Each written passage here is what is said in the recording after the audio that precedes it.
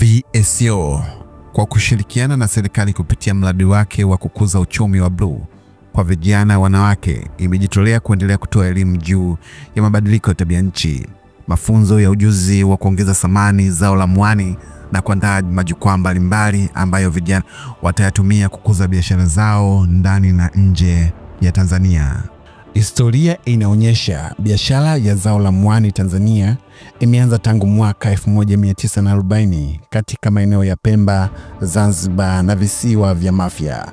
Katika miaka ya hivi karibuni, kilimo cha zao hili kimeenea katika maeneo mengi ya pwani ya Tanzania ikiwemo Tanga, Dar es Salaam na Bagamoyo.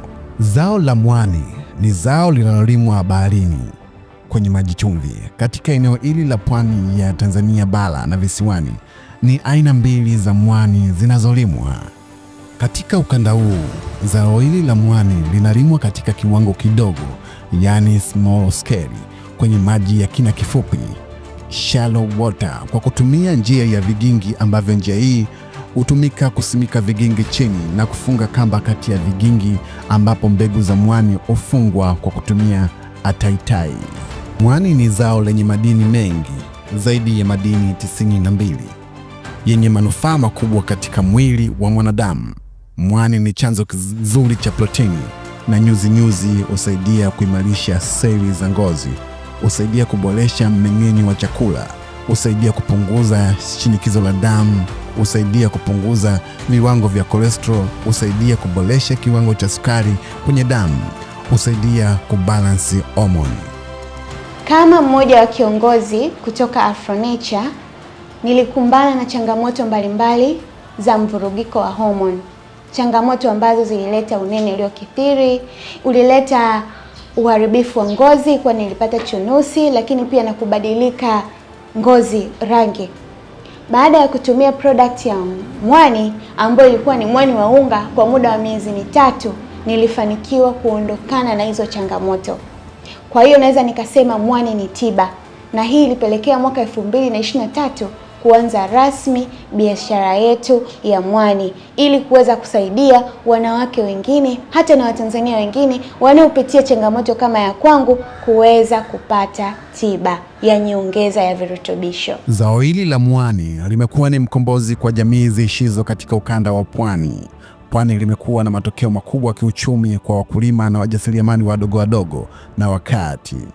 Zao la mwani limetengeneza ajira zaidi ya 20,000 kwa wakulima na wajasiriamali ambao wengi wao ni wanawake na vijana katika ukanda huu wa pwani. Mwani umekuwa ni chanzo kikubwa cha kipato. Mwani unachangia katika pato la taifa. Mwani umesaidia kuanzishwa kwa vyama vya ushirika na vikundi ambavyo vimeimarisha uhusiano wa kijamii. Wanawake wanahusika sana katika kilimo cha mwani, wakipata uhuru wa kifedha na kuboresha hadhi yao katika jamii.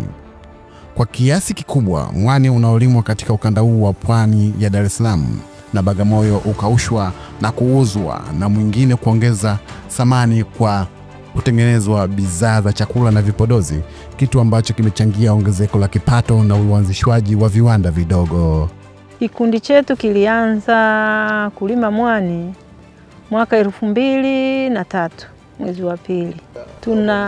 Tunalima mwani aina mbili. Tunalima mwani aina ya kotoni na spinosam. Kwa nini ni chakula? Kwa sababu unapokula mwani unashiba. Lakini ni dawa kwa sababu unapokula mwani unakutibu vitu vingi sana kwenye mwili wako. Kwa mfano, ukila mwani unaondoa gesi tumboni, ukila mwani unaondoa cholesterol, ukila mwani unarekebisha mapigo ya moyo, ukila mwani unazuia vinyemelezi vya kansa mwilini kwako. Ukila mwani unastimulate akili. Kama labda akili yako imechoka kidogo, mwani unaenda kuiamsha. Ukila mwani unaamsha seli zote za mwili ambazo zimekufa kwenye mwili wako. Lakini pia mwani unasaidia kwa wanaume ambao wanakuwa wanapoteza hisia. Licha ya kuwa uhitaji wa mwani na bidhaa za mwani unatarajia kuongezeka, wakulima na wajasiriamali wanakabiliwa na changamoto mbalimbali. Naitwa Jacqueline Innocent Limo, napatikana Bagamoyo, kikundi cha Kazi ni Kazi. tunajishughulisha na shughuli za kulima mwani na kuchakata mwani. Changamoto za mwani ambazo tunakabiliana nazo tukianzia kwa huku kwenye kilimo, kwa upande wa bahari tunakabiliana na changamoto ya wizi, lakini pia hali ya hewa, kwamba hali ya hewa ikibadilika inakuwa ina affect mwani. Joto likiwa kali sana, mwani unakuwa unaungua, una form layer nyeupe, of which kwamba ule mwani unakuwa hauna afya tena na sio mzuri kwenye matumizi. Lakini pia kwenye kulima mwani inabidi ukiulima usitoke nje ya maji. Kwa ukiwa nje ya maji ya bahari kwa muda mrefu na mvua ikanyesha, pia una tend kuunguza ule mwani. Kwa una form the same layer ambayo inakuwa ni ile nyeupe, ambayo tunasema kwamba mwani umekuwa affected na sio mzuri kwa ajili ya matumizi. Tukija kwenye upande wa masoko, changamoto ambayo tunaipata ni namna ya kupata soko la nje, namna ya kutangaza biashara yetu. Hiyo inatupelekea kwa sababu ya jinsi tunavyochakata biashara, jinsi tunazozibrand na kuzipackage. Bado tupo kwenye, let's say tupo kwenye level ile ndogo sana, kwenye small scale. Kwa kufikia ule uhitaji wa soko la nje bado tuko nyuma. Kwa kiasi kikubwa, uchumi wa bluu nchini Tanzania umetawaliwa na wanaume katika sekta ya uvuvi.